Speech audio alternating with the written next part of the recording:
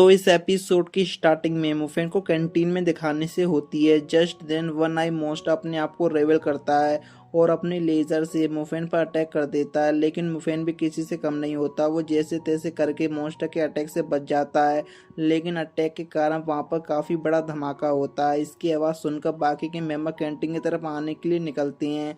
तो इस तरह मॉन्स्टर एक बार फिर मुफेन पर अटैक करने की तैयारी करता है, जिसे देखकर मुफेन इंस्पेक्टर कॉन्ग की दी हुई मैजिकल आर्मर यूज करने के बारे में सोचता ही है, मगर तभी साओकी अपनी पावर से उसे प्रोटेक्ट कर लेती है।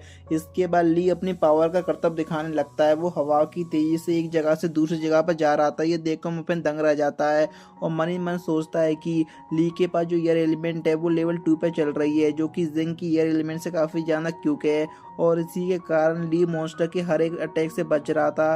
अब मॉन्स्टर ने वहां पर चारों तरफ से आग लगा दी थी। ये देखकर कैप्टन अपने फायर एलिमेंट का यूज करके मॉन्स्टर पर अटैक कर देता है, और इसी के कारण वहां पर एक वेव जनरेट होती है और मॉन्स्टर फ्रीज होकर नीचे गिर जाता है। ये देखकर मुफिन समझ जाता है कि कैप्टन के पास जो फायर एलिमेंट है वो लेवल 3 पर चल रही है, जिसके कारण उनके पावर की फ्लेम्स ने मॉन्स्टर को जख्मी कर दिया। जिसके बाद सब लोग मॉन्स्टर के आसपास खड़े होकर बात कर ही रहे होते हैं कि तभी एकदम से अचानक से मॉन्स्टर अपनी आंखें घुमाता है। इसका मतलब वो अभी भी जिंदा है। जिसके बाद वो तुरंत उठकर साइड टैंक पर अटैक कर देता है, लेकिन इससे कुछ खतरनाक होता है उससे पहले ही मुफिन अपने लाइट एलिमेंट से मॉन्स्टर पर अटैक कर देता है, जिसके कारण मॉन्स्टर की बची हुई सांस भी निकल जाती है।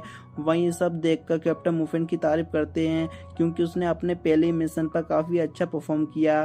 साथ ही में टीम मेंबर को ये समझ में नहीं आ रहा था कि मॉन्स्टर हट होने के बाद यहाँ पर रुका क्यों, क्योंकि जनरली वो लोग हट होने के बाद यहाँ से भाग खड़े होते हैं।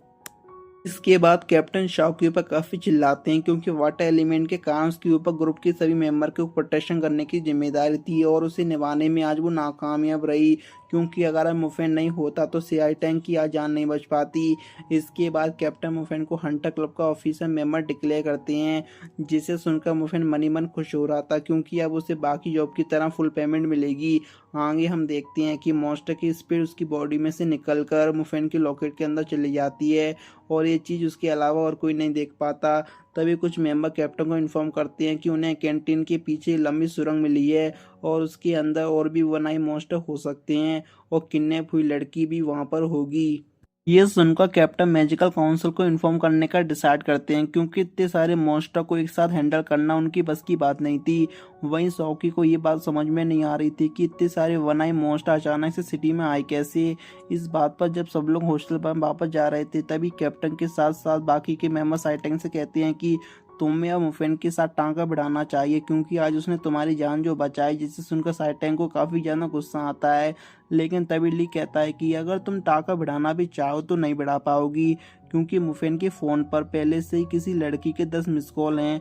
दूसरी तरफ हम सिन को देखते हैं, वो पब्लिक टेलीफोन को हाथ में लेकर बैठी हुई थी, और इससे हम समझ पाते हैं कि मुफेन को जो 10 मिस कॉल आई हैं वो दरअसल सिन नहीं किए होंगे। जिससे थोड़ी देर बाद मुफेन वहाँ पर आता है, जिसे देखकर शिन एकदम इमोशनल होकर उसे गले लगा लेती है और कहती है कि मुझे फ़ोन पर काफ़ी भयानक आवाज़ सुनाई दी थी, जिसे मुझे लगा कि तुम नहीं बचोगे। जिस पर मुफिन कहता है कि अरे बहना, ऐसा चिंता नहीं करते रहे, अब मैं एक हंटर हूँ। मॉन्स्टर मुझे देखकर डर के मारे भाग जाते हैं, और तुम्हें मेरी चिंता करने की ज़रूरत नहीं है, क्योंकि आज मैंने तुम्हारे हॉस्टल में जो वन आई मॉन्स्टर आए थे उसे मार गिराया है।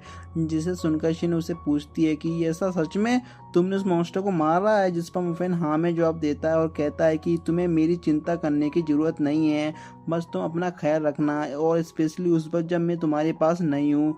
इसके बाद मुफिन उसे पूरी कहानी सुनाता है कि कैसे उसने मॉन्स्टर के साथ लड़ाई की थी, और इस पर दोनों भाई बहन काफ़ी हंसते हैं। इसके बाद अगले दिन कैप्टन मुफिन को उसके पहले मिशन की सैलरी देते हैं, जिसे लेकर मुफिन काफ़ी ज़्यादा खुश होता है। इसके बाद सीन पूरी तरीके से शिफ्ट होता है, और फिर अगले सीन में हम अंकल को देखते हैं। वो एकदम ठरकी जैसे स्विमिंग पूल के पास बैठी हुई लड़की को तिरछी नजर से देख रहा था। खैर, वो यहाँ पर यून को बुलाने के लिए आया था, जो स्विमिंग कर रहा था। आगे यून अपनी पावर का यूज करके स्विमिंग पूल को जमा देता है, और फिर उसी बर्फ को तोड़कर एकदम रापचिक विलन की तरह बाहर आता है।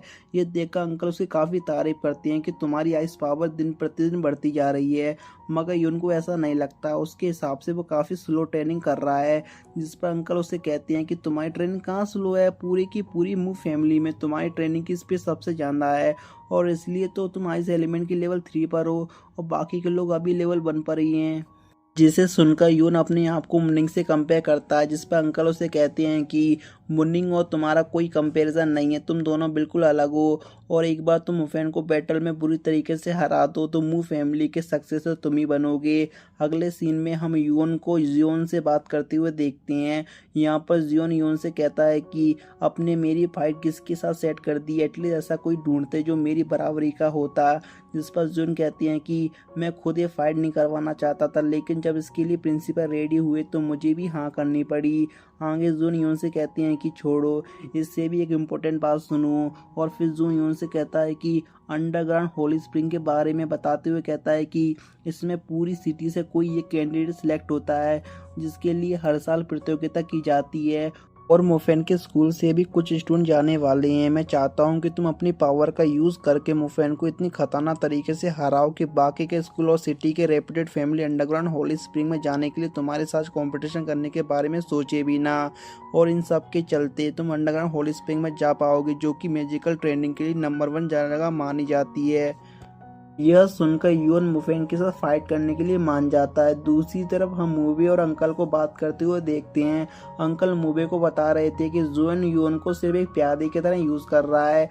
मू फैमिली का असली सक्सेसर मुनिगी बनेगी। जिसके बाद मूवी अंकल से अंडरग्राउंड होली स्प्रिंग के बारे में बताते हुए पूछता है कि फाइट में अगर मुफेन जीता तो क्या वो अंडरग्राउंड होली स्प्रिंग में ट्रेनिंग करने के लिए जाएगा। जिस पर अंकल कहते हैं कि मुफेन के जीतने के तो कोई चांस ही नहीं। मगर मुबे कहता है, लेकिन इस पर अंकल कुछ नहीं कहते। और फिर अगले सीन में हम अंडरग्राउंड होली स्प्रिंग की एक झलक दिखाई जाती है, जिसमें काफ़ी सारी एनर्जी बाहर निकल रही थी। और साथ ही में हम वहीं पर एक वन वोल्फ मॉन्स्टर को भी देख पाते हैं, जिसकी बॉडी होली स्प्रिंग की एनर्जी के कारण बढ़ती जा रही थी। और फिर गाइस, इसी के साथ हमारा एपिसोड यहीं पर खत्म होता है।